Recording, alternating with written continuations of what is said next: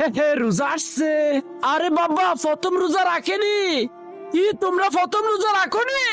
জাঞ্জিরওয়ালা মৌলানা আজকে তোমাদের কাউকে ছাড়বে না। আরে জাঞ্জিরওয়ালা মৌলানা ফালাও। বাবা, আজকে আমি রোজা রাখবো?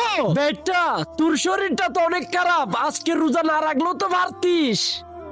আরে এরা আজকেও রোজা রাখেনি, আমি আবার বাবাকে বলে দিচ্ছি। আরে ফালা তাড়াতাড়ি। আরশাদ, এই জাঞ্জিরওয়ালা মৌলানার পাগলা ছেলেটা আমাদেরকে অনেক জ্বালা জ্বালাচ্ছে।